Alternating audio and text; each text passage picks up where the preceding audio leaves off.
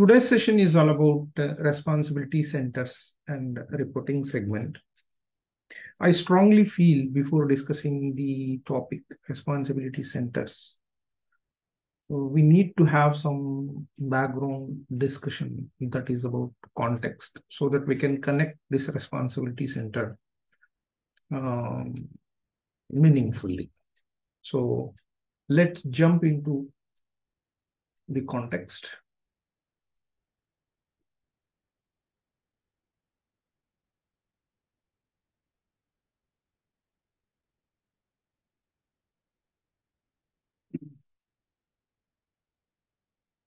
Company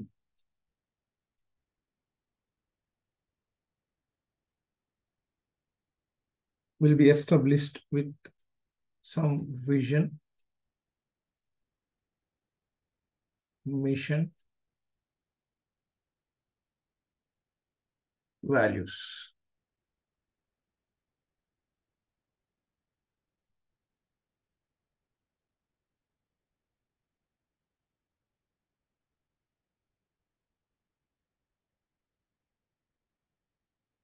For achieving these mission, vision, values, there is a strong purpose behind this vision. So the purpose is all about two things.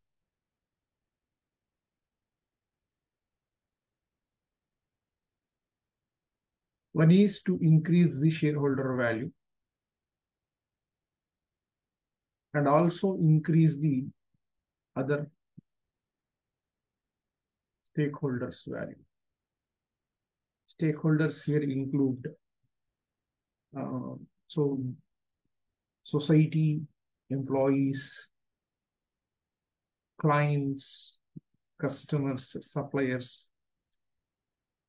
including the people in the society. So shareholder value at the same time, stakeholders value, both need to be considered. The purpose behind establishing the company. And this is increasing the shareholder value at the same time, meeting the stakeholders value is nothing but creating a shared value.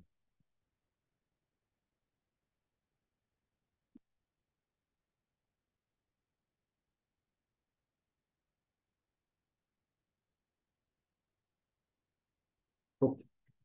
Now, a company is established with a mission, vision, mission, values, and deciding these things, these factors at top level, there is a strong purpose. The ultimate purpose of establishing company, having vision, mission, values, is to give value to the shareholders, that investors of the company. At the same time, those who are interlinked with the uh, company, employees, customers, suppliers, including the society, government, environment. So there should be an increase in the value for the stakeholders also. That is called a creating shared value. Nowadays, it is not about shareholder value, it is about the creating shared value. Fine. So for achieving this purpose, meeting these vision, mission, and uh, establishing the mission values, we need the finance. With the help of the finance, we'll create resources, tangible resources, and also we will create intangible resources. And also we invest in people, that is hiring. So these three resources are important. So resources are required. So by using these resources, for using these resources in a proper manner, the company should have some processes. At the same time, they have some systems in place. These processes and systems are created with the help of the people.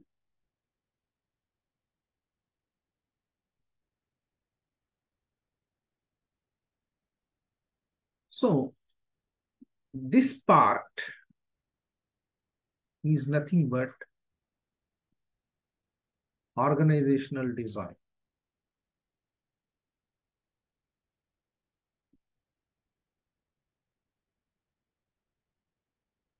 Or organizational architecture.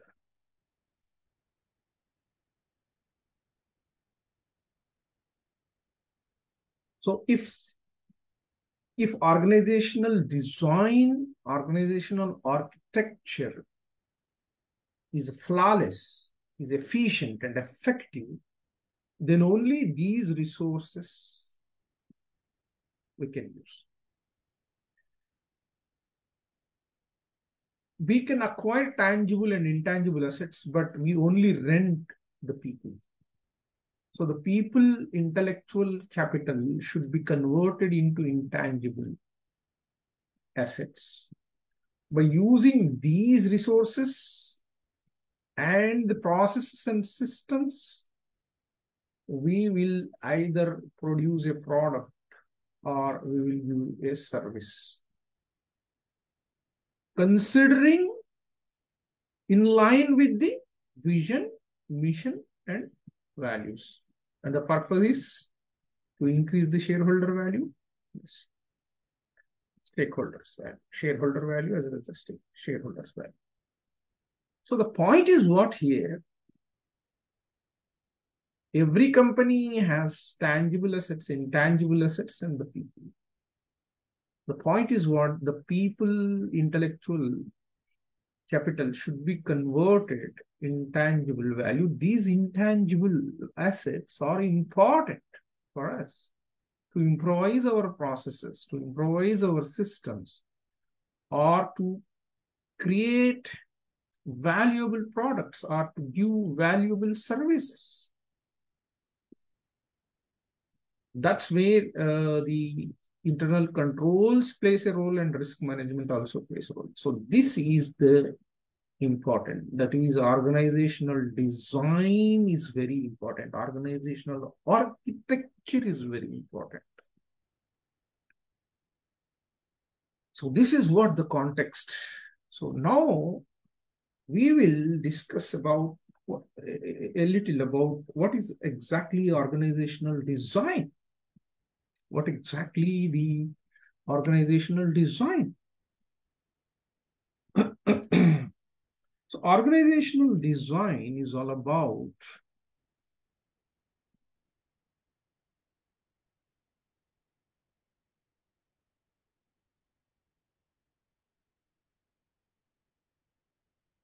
so it is nothing but internal organizational design is what? Internal rules of game. So organizational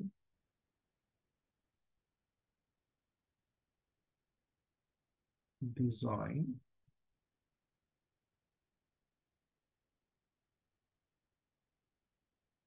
nothing but defining the internal rules of game.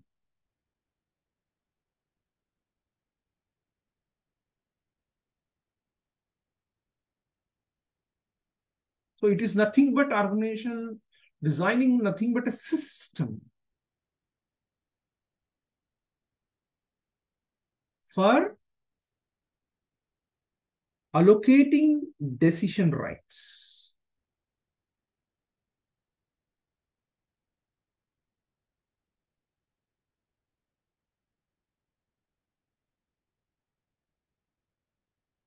It is a system of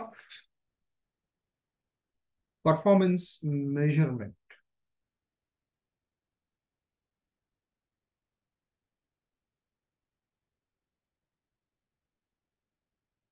as well as evaluation. It is a system of reward and punishment.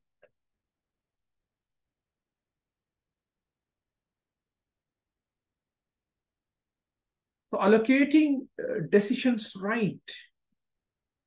So to whom, what type of organizational structure we have, what type of responsibility center our organization we need to assign to our departments or units or geographical areas. So to whom we have need to give authority and responsibility. And based on that, we need to monitor their performance and evaluate their performance. And based on that, reward and punishment should be given. So this is very, very important. As we have seen here, these resources, to use these resources in efficient and an effective manner, we need to have a proper organizational design or organizational structure. Having proper internal control in place, having proper risk management in place. And based on that, we'll be either creating products or services. By using mission, we'll achieve the vision and following the values. And finally, what is we are going to give to the shareholders. That is the value creation for shareholders. At the same time, stakeholders value. We have to give something to the stakeholders, society, people. That is creating a shared value. This is what the corporates nowadays are doing. So the context is connecting is organizational design. If organizational design is effective, flawless, so then we can achieve the purpose. Otherwise, what is going to be happen? I have given a case study that I have asked you to go through that case study. So the case study is about two corporations. One is Barings Bank.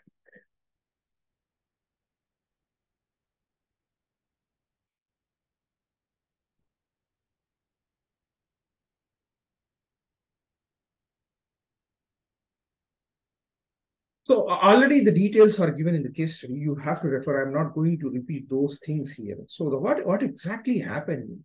How it has collapsed in mid 1990. Three main reasons for collapsing. That is what we discussed in organizational design. So reason number one, Nick Leeson, a derivatives trader,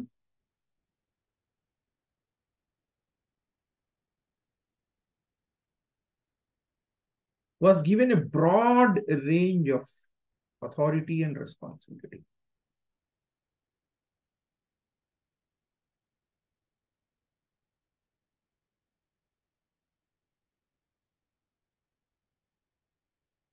This is the first reason.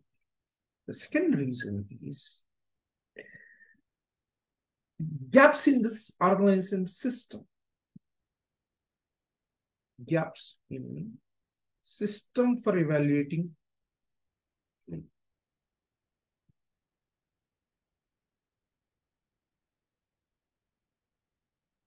monitoring,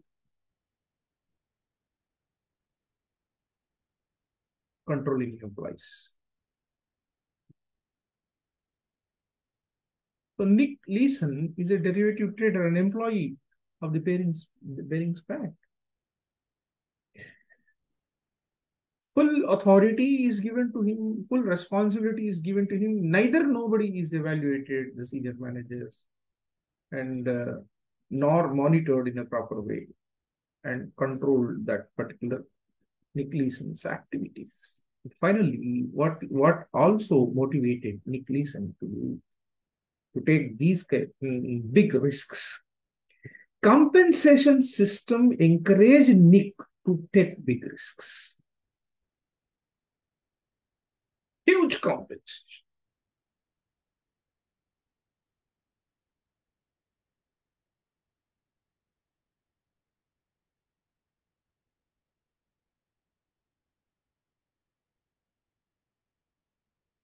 take big risks. So these are the three reasons. See, it's all about what, once again, organizational design. The responsibility, authority is given too much here. And let's talk about the Enron case. What happened in Enron? So in 2001, it has filed a bankruptcy. Again, three reasons, same three reasons almost. Number one, delegation of too much decision-making authority to lower level employees.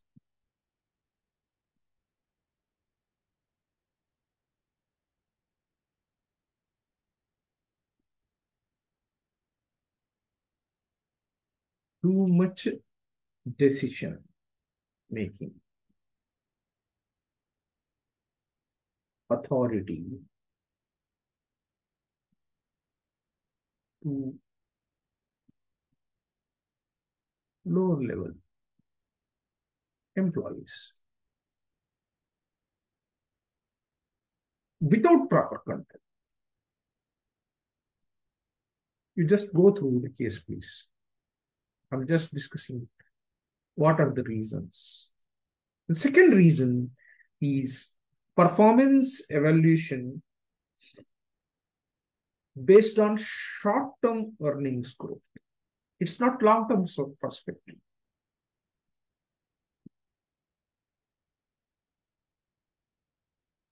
Performance evaluation is focused on short-term earnings growth.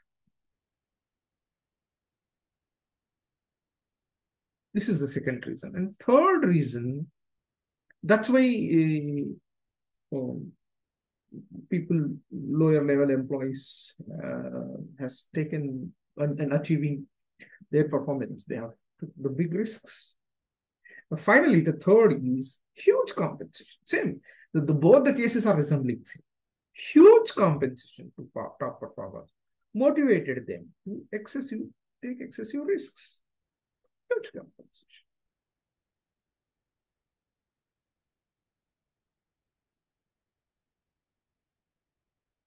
Huge compensation to top performers motivated them to take excessive risks. So these are the, the reasons for collapsing these two big corporations. So finally, what is that key learnings from this case connecting to our pre-assignment, the tales of Barings and Enron case study?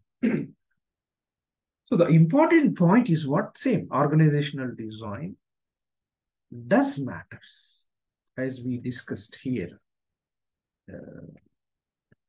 These resources, if we want to utilize, we need proper people in place with authority, as well as the allotting the responsibility, and we have to have processes, efficient processes and efficient systems, so that effectively we can deliver a valuable product, and finally we can achieve with the help of mission, the vision and the values, and finally the purposes will be achieved, that is increasing the shareholder value and the stakeholders value. So finally, three things are important in organizational design, and these are the key components of the organizational design: assignment of decision-making authority, as well as the responsibility, the system of performance measurement and its evaluation, and compensation plan. These three things are the components, major components. And that's what we are going to discuss about in this section now. That is, what is responsibility center and what are the reporting segments, all these things. Thank you so much. Again, we'll get back in the next session. We will be discussing concept of responsibility centers. Thank you.